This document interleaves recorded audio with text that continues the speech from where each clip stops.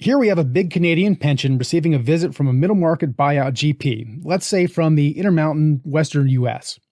The GP has great news to share. They're about to launch a new ESG fund, the SP Distressed Eco Buyout Sustainable Special Situations Fund 5 LP.